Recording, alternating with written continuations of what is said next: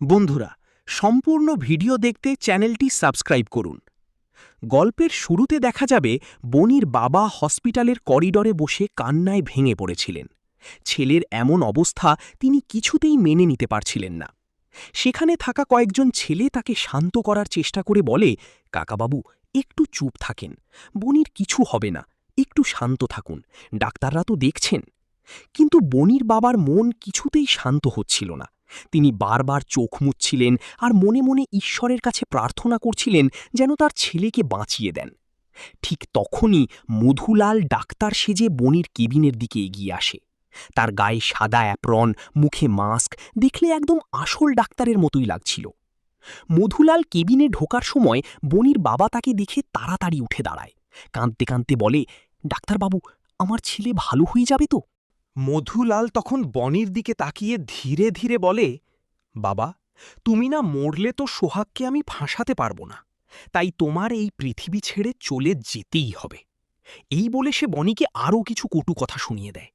তারপর নিজের কাজ শেষ হয়েছে বুঝে দ্রুত কেবিন থেকে বের হয়ে যায়, যেন কিছুই ঘটেনি। কিছুক্ষণ পর বনির কেবিনে নার্স আসে। কেবিনে ঢুকেই সে অবাক হয়ে দেখে বনির মুখে অক্সিজেন মাস্ক নেই।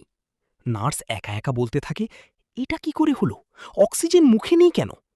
সে তাড়াতাড়ি বনির কাছে গিয়ে দেখে অবস্থা খুবই খারাপ। ভয়ে তার হাত কাঁপতে থাকে। নার্স দৌড়ে গিয়ে ডাক্তারবাবুকে ডেকে আনি। হাঁপাতে হাঁপাতে বলে, ডাক্তারবাবু তাড়াতাড়ি আসুন, পেশেন্টের মুখ থেকে অক্সিজেন খুলে পড়ে আছে। ডাক্তারবাবু তাড়াতাড়ি সেখানে এসে অবাক হয়ে বলেন, এটা কি করে সম্ভব, কি খুলেছে? নার্স ভয়ে কাঁপতে কাঁপতে বলে, আমি কিছুক্ষণের জন্য ওষুধ আনতে গিয়েছিলাম, এসে দেখি এই অবস্থায় পড়ে আছে। ডাক্তারবাবু তখন বনির নাকের কাছে হাত দিয়ে পরীক্ষা করেন। কিছুক্ষণ চুপ করে থাকেন। তারপর তার মুখের ভাব বদলে যায়। তিনি বুঝতে পারেন বনির আর নিঃশ্বাস নেই। গভীর কণ্ঠে তিনি বলেন, এটা জানাতে হবে ওদের বাড়ির লোকদের। ডাক্তারবাবু ধীরে ধীরে বনির পরিবারের লোকদের কাছে যান। বনির বাবা তখনও আশায় বুক বেঁধে বসেছিলেন। ডাক্তারকে দেখেই তিনি তাড়াতাড়ি জিজ্ঞেস করেন, ডাক্তারবাবু, আমার ছেলে কেমন আছে, সে ভালো হয়ে যাবে তো? ডাক্তারবাবু কিছুক্ষণ চুপ করে থাকেন। তারপর ধীরে ধীরে বলেন, আপনার ছেলে বেঁচে নেই। এই কথা শুনে বনির বাবা যেন আকাশ থেকে পড়েন। তিনি কিছুতেই বিশ্বাস করতে পারেন না। মাথা নাড়তে নাড়তে বলেন, না, এটা হতে পারে না, আমার ছেলে বেঁচে আছে, আপনি মিথ্যা কথা বলছেন, আমার ছেলে আমাকে ছেড়ে যেতে পারে না।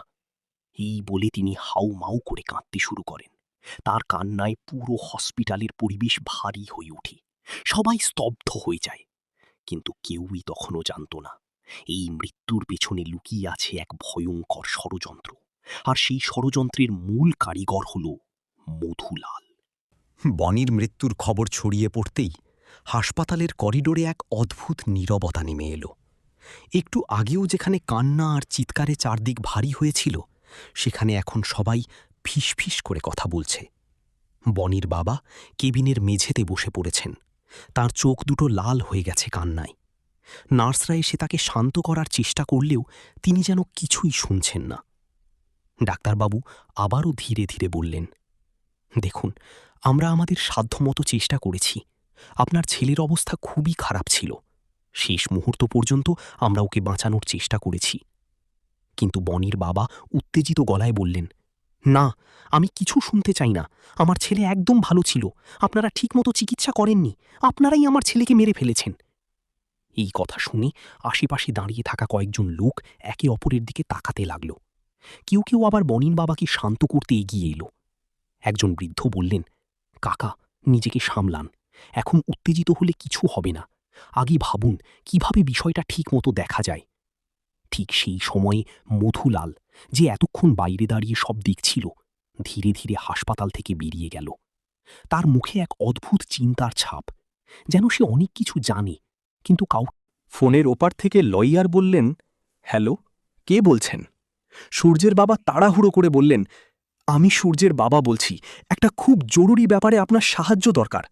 লইয়ার কিছুটা দুঃখের সুরে বললেন, দেখুন, আমি এখন দেশের বাইরে আছি, কিছুদিন পর ফিরব, তখন বিস্তারিত কথা বলা যাবে। এই কথা শুনেই সূর্যের বাবা হতাশ হয়ে ফোনটা কেটে দিলেন। তারপর সূর্যের দিকে তাকিয়ে বললেন, দেখলে সূর্য, উনি এখন দেশের বাইরে, এখন আমরা কি করব বলো? সূর্য কিছুক্ষণ চুপ করে রইল। তার মুখে চিন্তার ছাপ স্পষ্ট। তারপর হঠাৎ যেন কিছু মনে পড়ে গেল। বাবা, আরেকজন লয়ার আছে, ওনার নাম শুনেছি, খুব নামকরা, ওনাকে ফোন করে দেখি। সূর্যের বাবা সঙ্গে সঙ্গে বললেন, তাহলে তাড়াতাড়ি ফোন দাও। সূর্য নম্বর ডায়াল করল। ফোন বেজে চলল, কিন্তু কেউ রিসিভ করল না। আবার চেষ্টা করল, তবুও একই অবস্থা। শেষ পর্যন্ত সূর্য বিরক্ত হয়ে ফোনটা নামিয়ে শুনেছ মানেই সত্যি নয়। কেউ যদি ভুল খবর ছড়ায় সেটা কি সত্যি হয়ে যায়?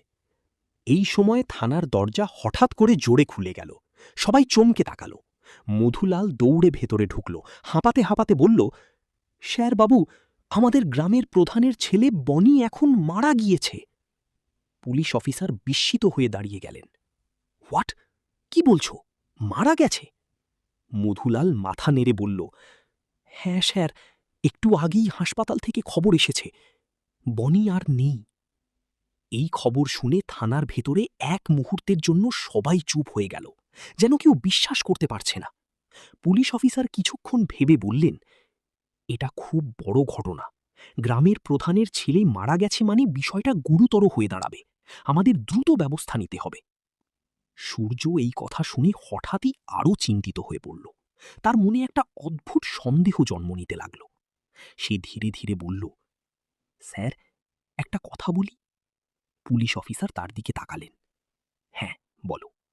সূর্য বলল, আমার মনে হচ্ছে এই ঘটনাগুলোর মধ্যে একটা সম্পর্ক আছে। বনি মারা গেল আর আমার ওয়াইফ সোহাগকে খুনের মামলায় ফাঁসানো হয়েছে, এগুলো। মধুলাল বলল, স্যার, গ্রামের অনেক লোক সেখানে জড়ো হয়েছে। বনির বাবা খুব রেগে আছেন। সবাই বলছে বিষয়টা ঠিকমতো তদন্ত করা উচিত।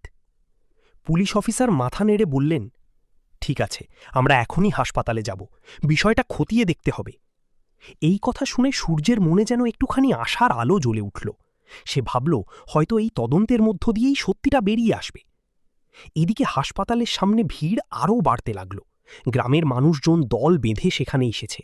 কেউ কান্না করছে, কেউ আবার রাগে চিৎকার করছে। বনির বাবা তখনও কেবিনের বাইরে দাঁড়িয়ে আছেন। তার চোখে জল, কিন্তু মুখে এক কঠোর দৃঢ়তা। তিনি নিজের মনে বললেন, আমার ছেলের মৃত্যুর বিচার আমি করবই, সত্যিটা বের করে আনব। ঠিক সেই সময় দূর থেকে পুলিশের গাড়ির সাইরেন শোনা গেল। সবাই একসঙ্গে সেই দিকে তাকালো। পুলিশ অফিসার গাড়ি থেকে নেমে সরাসরি হাসপাতালের ভেতরে ঢুকলেন। তার মুখে গম্ভীর ভাব। তিনি জানতেন এই ঘটনার পেছনে হয়তো বড় কিছু লুকিয়ে আছে। সূর্যও পুলিশের সঙ্গে সঙ্গে হাসপাতালে পৌঁছাল। তার মনে একটাই কথা ঘুরছে, সোহাগ নির্দোষ, আমি সেটা প্রমাণ করবই। হাসপাতালের করিডোরে ঢুকতেই সে বনির বাবাকে দেখতে পেল। দুজনের চোখ এক মুহূর্তের জন্য এক হয়ে গেল। সেই দৃষ্টিতে ছিল দুঃখ, রাগ আর সন্দেহ, সবকিছু একসঙ্গে। এইভাবেই পরিস্থিতি আরও জটিল হয়ে উঠতে লাগল। কেউ জানে না সামনে কি অপেক্ষা করছে। কিন্তু একটা বিষয় পরিষ্কার, এই ঘটনার পিছনে যে রহস্য লুকিয়ে আছে তা খুব সহজে থামবে না।